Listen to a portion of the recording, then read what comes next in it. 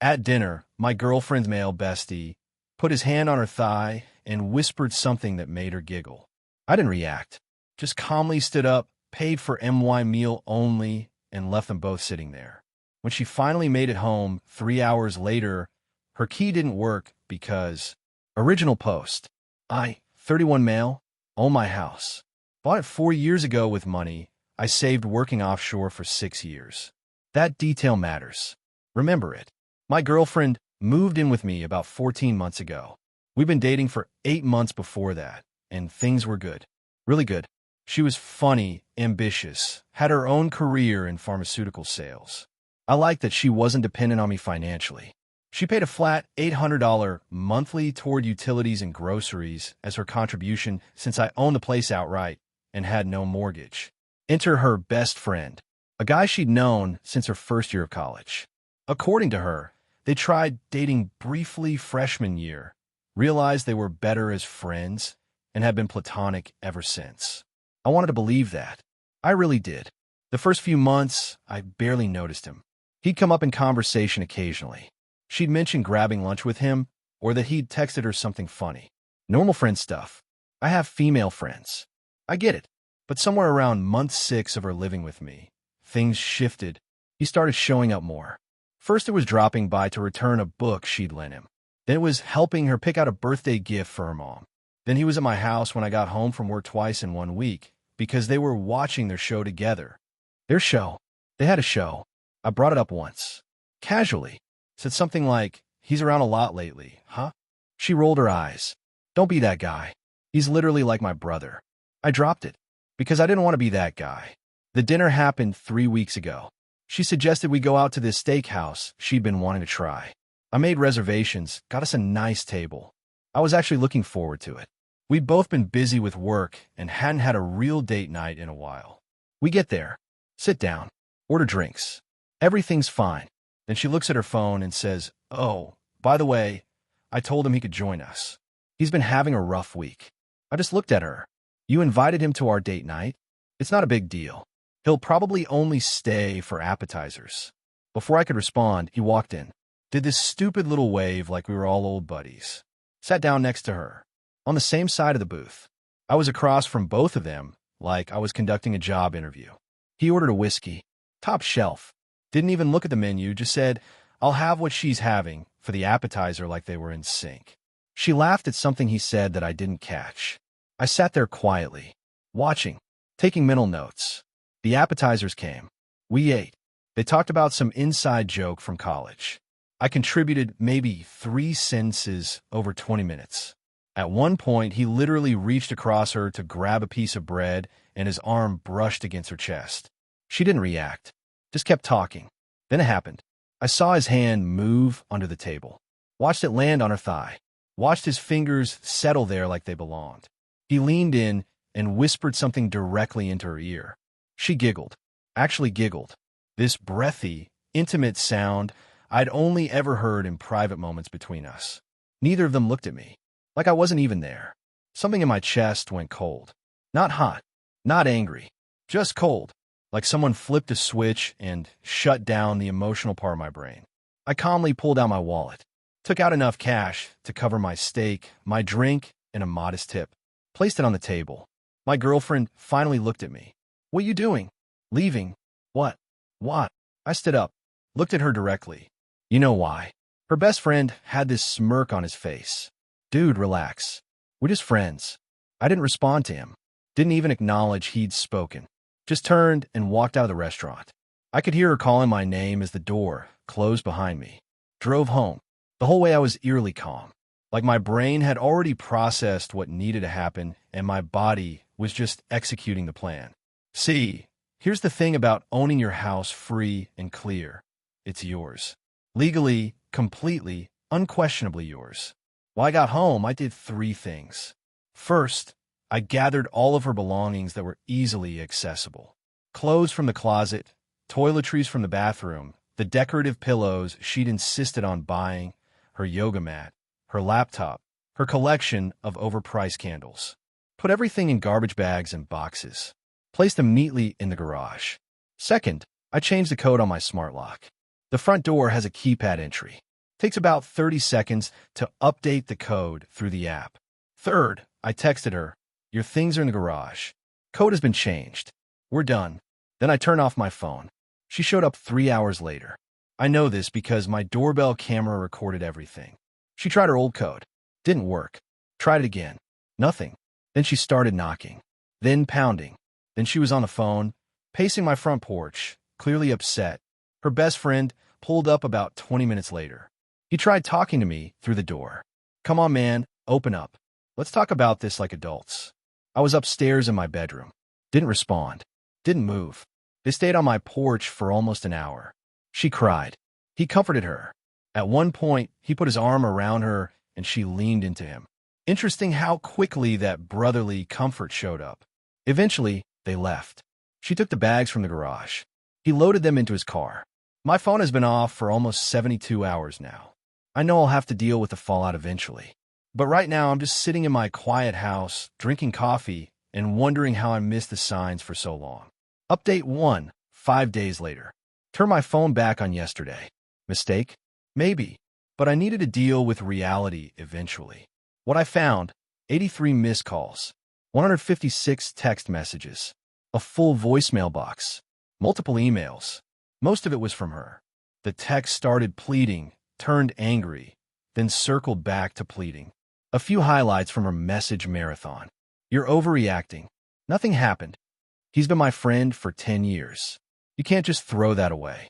I can't believe you locked me out of my home." That last one made me laugh out loud. Her home. She paid $800 a month in what was basically a voluntary contribution. My name is on the deed. Only my name. Always has been. Her best friend sent me some messages too. Calling me insecure, paranoid, pathetic. Said I was threatened by male friendship and that I'd regret this when I'm alone. I screenshotted everything. Didn't respond. Then the family got involved. Her mom called me. I actually answered this one because I'd always gotten along with her parents and thought maybe there was a reasonable conversation to be had. "Nope. How dare you throw my daughter out on the street like trash?" She told me everything. "You're jealous and controlling, and she deserves better." Did she tell you that her friend had his hand on her thigh at dinner? While I was sitting right there. Silence. Then, she said he was just being supportive. She was stressed about work. Sure. Thigh-touching stress relief. Very common treatment. She hung up on me. Her dad texted me later. Just said, "Don't know what really happened, but thought you were a good guy. Sorry it ended like this." He didn't ask for my side. Didn't push. Just a quiet acknowledgement that something had gone wrong. Her brother, though. Her brother was a different story. He showed up at my house unannounced. Just knocked on my door Sunday afternoon like we were buddies. I answered because I saw him on the camera and figured I'd rather handle it face-to-face.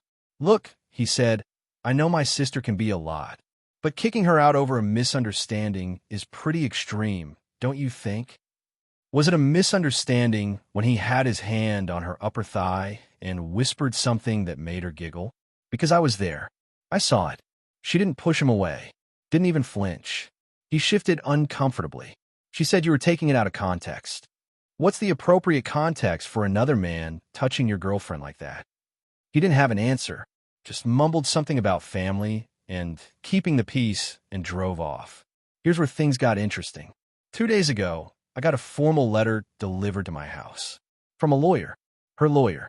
She was claiming common law, residency rights, and demanding I return her property that I'd allegedly damaged during the eviction. The letter threatened legal action if I didn't provide her access to retrieve additional belongings and compensate her for the wrongful lockout. I read it twice. Then I called my own lawyer, a guy I'd used for the house purchase who's handled a few things for me over the years. His response, after I explained everything, "She has no case. Your state doesn't recognize common law marriage without specific criteria she doesn't meet. She was a month-to-month guest contributing to household expenses. You gave her notice via text, which is more than required for a non-tenant. The belongings she claims are damaged. Did you damage them? No. I packed everything carefully. It's all on doorbell camera footage. Then she's bluffing. This is intimidation, not a real legal strategy." He drafted a response letter for me.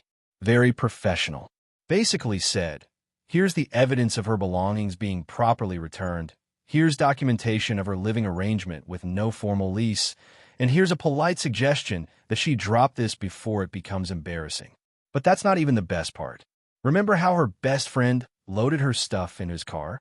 Remember how she stayed with him that first night? Yeah, she's still there. Moved right in, actually. Saw it on her social media before I blocked her. Photos of them at his apartment. Her stuff on his shelves. Looking real cozy. 2 weeks. It took 2 weeks for her to go from he's like my brother to living with him. One of our mutual friends texted me. Said they'd seen her and the best friend out together and that they were definitely not acting like siblings anymore. His words, not mine. I just sent back, not surprised. Some people in my life have asked if I feel vindicated.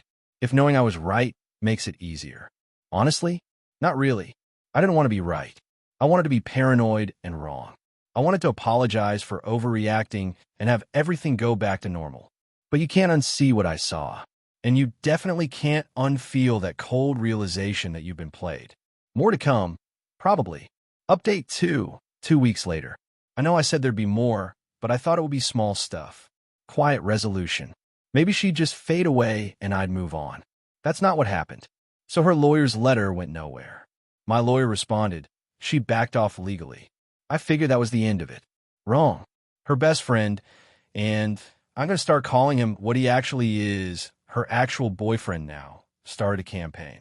Not online, not at work, something more personal. He started telling people I was abusive. First, I heard it from a mutual friend. She called me, clearly uncomfortable, and said, "Look, I don't believe it, but people are saying you pushed her. That the lockout was violent. I didn't touch her. I wasn't even home when she arrived. Everything is on my doorbell camera. I know. I'm just telling you what's going around." The rumor spread to her coworkers, then to some of my coworkers because a few of them know people in her industry. Suddenly, I was getting weird looks at work. One of my colleagues actually pulled me aside and asked if everything was okay at home. I was livid, not hot-headed angry, but that cold fury that makes you very, very focused. I consulted with my lawyer again. He said defamation is hard to prove and expensive to pursue, but that I should document everything and consider sending a cease and desist if it continued. So I did something better. Remember my doorbell camera footage? I compiled a highlight reel. Not the whole thing, just key moments. Her trying the code multiple times from several feet away. Her pacing and crying, but no one touching her. Her best friend showing up and loading bags. Her walking away with her belongings intact and undamaged. No violence. No confrontation. Nothing but a woman locked out of the house she didn't own. I didn't post it online. That's the mistake people make. They think public vindication is the goal. It's not. I sent the footage directly to 3 people. The mutual friend who warned me, the coworker who asked about my home life, and her father. 2 of them responded immediately. The mutual friend said she'd set the record straight with anyone who asked. My coworker apologized and said he felt stupid for even questioning it. Her dad called me. First time we'd spoken since everything went down. "I saw the video," he said. His voice was tired. I asked my daughter about it. She said you edited it, that there's more footage you're hiding. She's welcome to subpoena my doorbell company's cloud storage. It's time-stamped and unedited. I'll sign a release today. He was quiet for a long moment. I don't think she's telling me the truth anymore. About a lot of things. "I'm sorry," I said, and I meant it. Not for her, but for him. He seemed like a decent guy caught in a mess his daughter created. "I'm sorry too," he said, and hung up. The rumors stopped after that. Not completely, but enough. The people who mattered knew the truth. The people who didn't matter could believe whatever they wanted. But here's the part that actually gave me some closure. About a week ago, I ran into one of her friends at a coffee shop. Someone she'd been close with since high school. We recognized each other, did the awkward nod, and then she surprised me by walking over. "Can I tell you something? Off the record." I shrugged. "Sure." I told her this would happen. Like years ago. She and her best friend have always been weird. Everyone saw it except her. Or maybe she saw it and just didn't care. Why are you telling me this? Because she's been posting stuff about how she finally found someone who truly understands her, and it's honestly disgusting. She was with you for 2 years, had a nice life, and threw it away for a guy who still lives with a roommate and drives a car with a cracked windshield. I thought you should know that people aren't as fooled as she thinks. I thanked her and went back to my coffee. Here's the thing about revenge. Real revenge. It's not about grand gestures or public takedowns. It's about your peace. My ex is living in a cramped apartment.